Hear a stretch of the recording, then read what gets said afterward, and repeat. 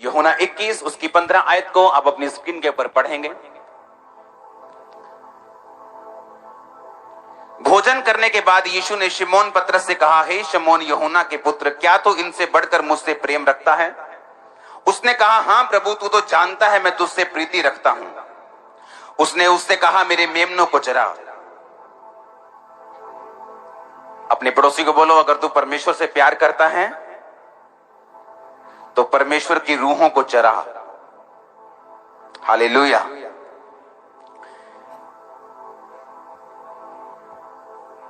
उसने दूसरी बार उससे कहा, हे शिमोन यूहन्ना के पुत्र, क्या तू मुझसे प्रेम रखता है? उसने कहा, हां प्रभु, तू जानता है मैं तुझसे प्रीति रखता हूं। उसने कहा, मेरी भेड़ों की रखवाली कर। उसने तीसरी बार उससे कहा, हे शिमोन यूहन्ना के पुत्र, क्या तू मुझसे प्रीति रखता है? पतरस उदास हुआ और उसने तीसरी बार ऐसा कहा, क्या तू मुझसे प्रीति रखता है? पतरस उदास हो गया क्योंकि उसको शक पड़ गया। उसको पता नहीं, ऐसा लगने लगा कि शायद परमेश्वर ऐसा समझ रहा है कि मैं उससे प्यार नहीं करता हूं, लेकिन मैं तो करता हूं। शायद परमेश्वर ने अपने दिल में अपनी वो बात रखी है कि मैंने उसका इनकार कर दिया था, शायद इसलिए परमेश्वर को शक है। लेकिन उसने तीसरी बार कहा, हां प्रभु, तू जानता है कि मैं तुझसे प्रीति रखता हूं। यीशु ने कहा, मेरी भेड़ों को चरा। अपने पड़ोसी को बोलो, एक प्रोफेसी मैं आपको दे रहा, अपने पड़ोसी को देने के लिए बोलो, श्राप से ब्लेसिंग की ओर आज से तू जा रहा है और ये ब्लेसिंग नजर आएगी।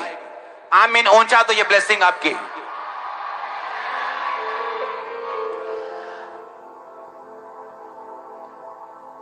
यीशु मसीह ने कहा, जैसा तू बोलेगा वैसा तेरे साथ होगा। मांगो तो दिया। और जब पतरस पे परीक्षा आई थी, क्योंकि उसने उस रात प्रार्थना नहीं की जब यीशु मसीह प्रार्थना कर रहे थे, और बाइबल कहती है कि अगले दिन जब यीशु मसीह को पकड़ने के लिए लोग आए, और पतरस को पता था कि यीशु मसीह को बहुत बार लोग पकड़ने के लिए आए, लेकिन यीशु मसीह कभी इनके हाथ नहीं आए। लेकिन उसको इस बार पता नहीं था कि यीशु मसीह ने अपने आप को उनके हाथों में जानबूझकर देना है, क्योंकि अब टाइम आ चुका है कि सूली पर वो चढ़ाए जाएं और तीसरे दिन मुर्दों में से जी उठें। और बाइबल कहती, जब यीशु मसीह को पकड़ने के लिए वो आए तो पतरस ने 3 बार परमेश्वर का इनकार किया जब वो परमेश्वर के पीछे गया, हां या ना? और बाइबल कहती, परमेश्वर के जी उठने के बाद परमेश्वर ने कहा था, जाओ अब चेलों से और पतरस से कहो कि मैं उनसे पहले गलील को जाऊंगा जब यीशु मसीह मुर्दों में से जी उठे। हां या ना? चेलों से और पतरस से। उसने ये नहीं कहा चेलों से कहो। जब आप टीम को बोलते कि मेरी टीम को मेरे पास भेजो, साउंड टीम को मेरे पास भेजो, आप साउंड टीम का अकेले अकेले का नाम नहीं लेते, आप बोलते टीम को मेरे पास भेजो। लेकिन एक बंदे का नाम लिया गया क्योंकि पतरस अपना चेले होने का अधिकार खो चुका था और कर्ज के नीचे और श्राप के नीचे आ चुका था। और इसलिए परमेश्वर यीशु मसीह ने कहा था, जाओ मेरे चेलों और पतरस से कहो कि मैं जी उठाऊं और मैं तुमसे पहले गलील को जाऊंगा और वहां पर तुम्हें दिखाई दूंगा। और बाइबल कहती है यीशु मसीह काफी दिनों तक उन्हें दिखाई देते रहे और फिर काफी लोगों के सामने जीवित स्वर्ग पे चले गए। हाँ या ना? अब परमेश्वर ने कहा कि तू क्या मुझसे, जब वो जी उठे प्रभु यीशु मसीह, तो पतरस को बुला के पतरस से पूछा, उसने कहा, क्या तू मुझसे प्यार करता है? उसने कहा, हां परमेश्वर, मैं तुझसे प्यार करता हूं। उसने कहा, मेरे मेमनों को चरा। दूसरी बार पूछा, क्या तू मुझसे प्यार करता है? उसने कहा, हां प्रभु, तू जानता है। उसने कहा, मेरी भेड़ों की रखवाली कर। फिर तीसरी बार पूछा और पतरस को लगा शायद परमेश्वर अभी तक भूला नहीं कि मैंने उसका 3 बार इनकार किया था। लेकिन प्रभु यीशु मसीह यहां पर क्या कर रहे थे? वो 3 बार ही उसके मुंह से अंगीकार करवा रहे थे कि जिस तरह तूने 3 बार अंगीकार किया था कि तू मेरा चेला नहीं है, लानत हो जो उसको जानता हो, मैं उसको नहीं जानता, तूने 3 बार मेरा इनकार किया, लेकिन अब 3 बार तू मेरा इकरार करेगा और तू श्राप से तू आशीष की ओर जाएगा और फिर से मेरा चेला बन जाएगा। आप मेरी बात समझ रहे कि नहीं? अब मैं आपको एक बात बताना चाहता हूं। पतरस जो परमेश्वर से दूर हो चुका था, इनकार कर चुका था, और उसको ब्लेसिंग में लेके आने के लिए परमेश्वर ने किस तरीके का उपयोग किया। याद रखो, अगर आप 10 साल भी अपनी आशीष का इंतजार करते रहेंगे तो इंतजार करते ही रहेंगे, वो आशीष आपके पास नहीं आएगी।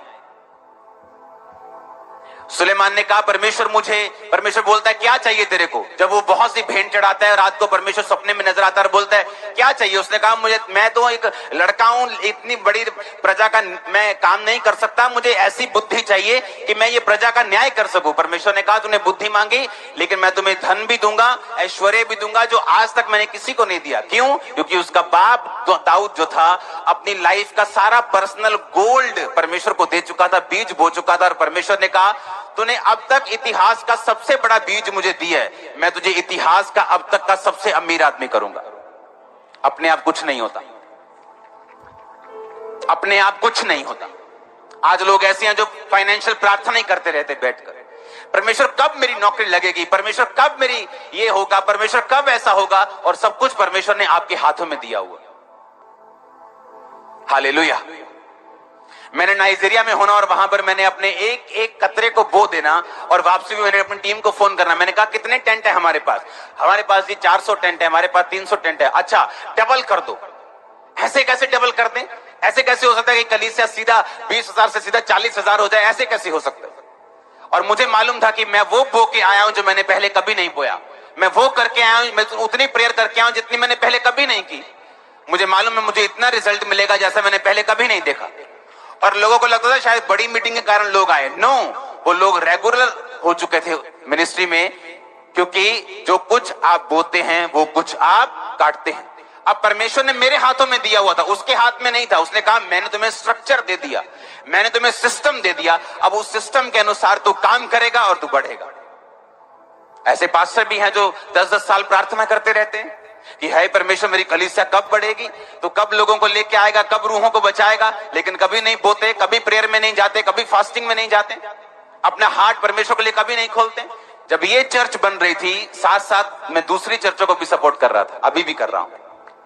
आप समझ रहे मेरी बात? क्यों?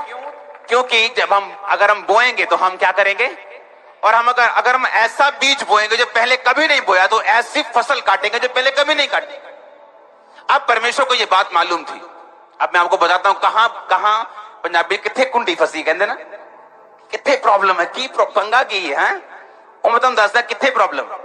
बाइबल में यीशु मसीह को मालूम था कि अब पतरस जो है ये कर्ज के नीचे, ये श्राप के नीचे, कि बाइबल कहती है जो मेरा इनकार करेगा मैं उसका इनकार करूंगा।